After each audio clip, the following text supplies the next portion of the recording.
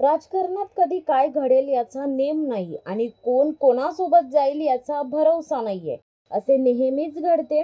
मात्र हेच राजकारण एखादे घर फोडते आणि रक्ताच्या नात्यात देखील वैर निर्माण करते. असाच काहीसा प्रकार रायगड जिल्ह्यात घडलाय. राजकारणात डावपेच टाकताना दोन सख्खे भाऊ मात्र पक्के वैरी झालेत. रायगड जिल्ह्यातील राजकारण म्हटले की पहिले नाव यायचं ते शेकापचं. जिल्हा परिषदेवरती अनेक वर्षे निर्वातपणे एक हाती सत्ता गाजवली. चार आमदार, 2 मंत्री, अधूनमधून खासदारकी एवढे सगळे भोगले ते केवळ पाटील या एकाच आडनावाच्या हिमतीवरती. आता याच पाटील घराण्यात उभी फूट पडली आहे. संघर्ष करून शेकाप वाढवणाऱ्या जयंत पाटील यांच्या सख्या लहान बंधूनेच त्यांची साथ सोडून कमळाची वाट धरली. पंडित पाटील यांच्या भाजपा प्रवेशावरती आता घरातील छुपा विरोधक उघड झाल्याची खोचक प्रतिक्रिया जयंत पाटील यांनी व्यक्त केली आहे. एरवी मोठ्या भावाचा शब्द प्रमाण मानून काम करणारे पंडित पाटील अनेक वेळा जिल्हा परिषद अध्यक्ष झालेत. 2014 साली आमदारही बनले. मात्र कधी पक्षाचे नियम डावलले नाहीत की कधी जयंत पाटील यांचा शब्द मोडला नाही. यावेळी मात्र पंडित पाटील यांनी मौन सोडले आणि थेट आरोप केलेत. जिल्ह्याच्या राजकारणात एक हाती सत्ता घेणारा शेकाप पक्ष आज मात्र पुरता जर्जर बनल्याचे चित्र निर्माण झाले. जिल्ह्यात एकही आमदार नाही. उलट जे आहेत त्यापैकी अनेक जण एकामागून एक पक्ष सोडत आहेत. त्यातच 2 सख्या भावांनी आता एकमेकांसमोर दंड थोपटल्याने राजकारण नेमकं कोणत्या थराला जात आहे हे पाहणं देखील तितकंच महत्वाचं ठरणार आहे. मी मागच्या विधानसभेला पक्षांनी मला विश्वासात न घेतल्यामुळे मी घरी बसलो. पण मी शेतकरी कामगार पक्षाच्या चित्रलेखा पाटील यांच्या शिटीवरती मतदान केलं. माझे जे फॉलोअर्स होते त्यांना मी सांगितलं तर पक्षाने माझ्यावर वैयक्तिक टीका टिप्पणी केली आणि सांगितलं पंडित शेठ योग्य उमेदवार नाही, ती पद्धत चुकीची होती. तरी पण मी आता बाकीच्यांनी काय केलं ते मला माहिती नाही, पण मी व्यक्तिशः पक्षाच्या विरुद्ध उमेदवाराला मतदान करू नये असा एक जरी पुरावा दाखवला तर मी त्यांची जाहीर माफी मागीन. पण मी कालच जयंत पाटलांच्या स्टेटमेंटच्या अगोदर माझं स्टेटमेंट आहे की पक्ष संपत नाही. जयंत पाटील हा दिग्गज नेता आहे आणि असे प्रसंग पक्षावर वारंवार आले. एकदा प्रसंग आला नाही, बरेच जे पक्षाचे संस्थापक होते ते पण सोडून गेले. बरेच दत्ता पाटील पण सोडून गेले, दिबा पाटील पण सोडून गेले. पण त्याच्यातून पक्षाची वाटचाल चालूच राहिली आणि मी अशी पक्षावर टीका केली नाही. जयंत पाटलांनी पण मला संधी दिली. शेवटी टीम वर्क असते, एक माणसाच्या वैयक्तिक ह्याच्यात काम नसतं.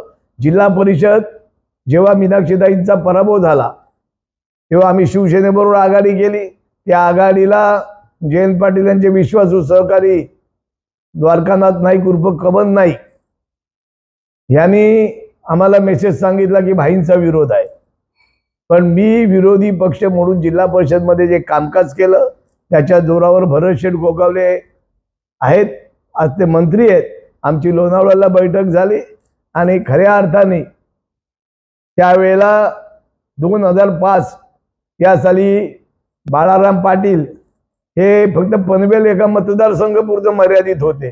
त्यांना अध्यक्ष करण्यामध्ये मी सिनियर असताना मी त्यांना संधी दिली आणि बाळाराम पाटील पण आज आहेत, त्यांना पण विचारा.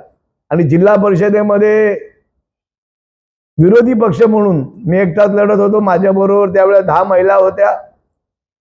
बाळा तेलगे होते. आम्ही दोघांनी आज त्यावेळेला 42 विरुद्ध 19 अशी लढाई होती. 42 सदस्य काँग्रेस आणि यांच्याकडे होते. पण त्याच्या विरुद्ध आम्ही काम केलं आणि मी ज्या कामाच्या जोरावर शिवसेना त्यावेळेला प्रभाकर मोरे यांचा पण पराभव झाला, मीनाक्षी पाटलांचा पण पराभव झाला. समदुःखी माणसं एकत्र आली आणि आमचा संसार हा 2014 पर्यंत अविरत चालू होता. मी जयंत पाटलांवरती वैयक्तिक टीका केली नाही आणि मी विधानसभेच्या निवडणुकीमध्ये पक्षाच्या विरुद्ध काम केलं नाही.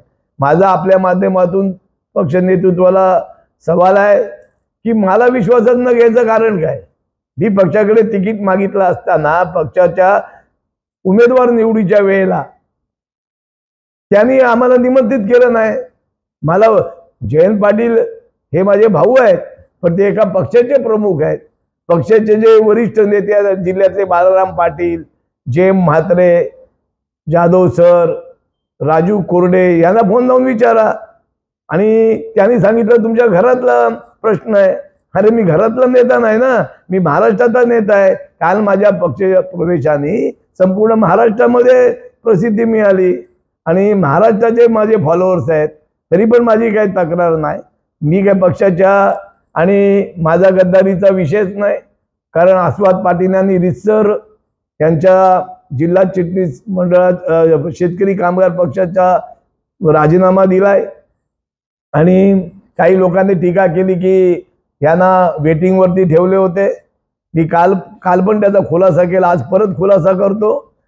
कारण जनतेला विश्वासात घेतल्याशिवाय जे कार्यकर्ते आहेत त्यांना विश्वासात गेले. माझी सुनबाईला ॲक्सिडेंट झाला, त्याच्यात 2.5-3 महिने गेले आणि त्याच्यामुळे हा पक्ष प्रवेश आस्वाद पाटील यांचा लांबला होता. मी काही जाणार नव्हतो, पण आपले रवींद्रजीत चव्हाण हे अलिबाग येथे असताना त्यांनी मला सांगितलं आणि कार्यकर्त्यांच्या आग्रहाखातर, मी सत्तेसाठी लालची नाही.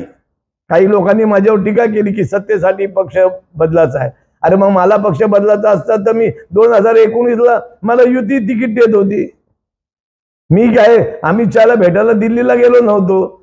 मी विनोद तावडेंना काय दिल्लीला भेटायला गेलो नव्हतो की आम्हाला बीजेपीत घ्या म्हणून.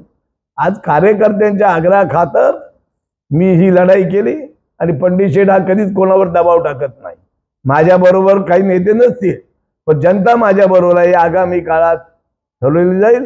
हे काय आता आमच्या प्रवेशामुळे रायगड जिल्ह्यातल्या राजकारणाला वेगळं वळण लागणार आहे. शिवसत्ता टाइम्ससाठी धनंजय कवटेकर, अलिबाग. दे धडक बेधडक वृत्त देणाऱ्या आपल्या शिवसत्ता टाइम्स न्यूज चॅनलला लाल बटन दाबून सबस्क्राईब करा आणि बेल आयकॉनला क्लिक करायला विसरू नका.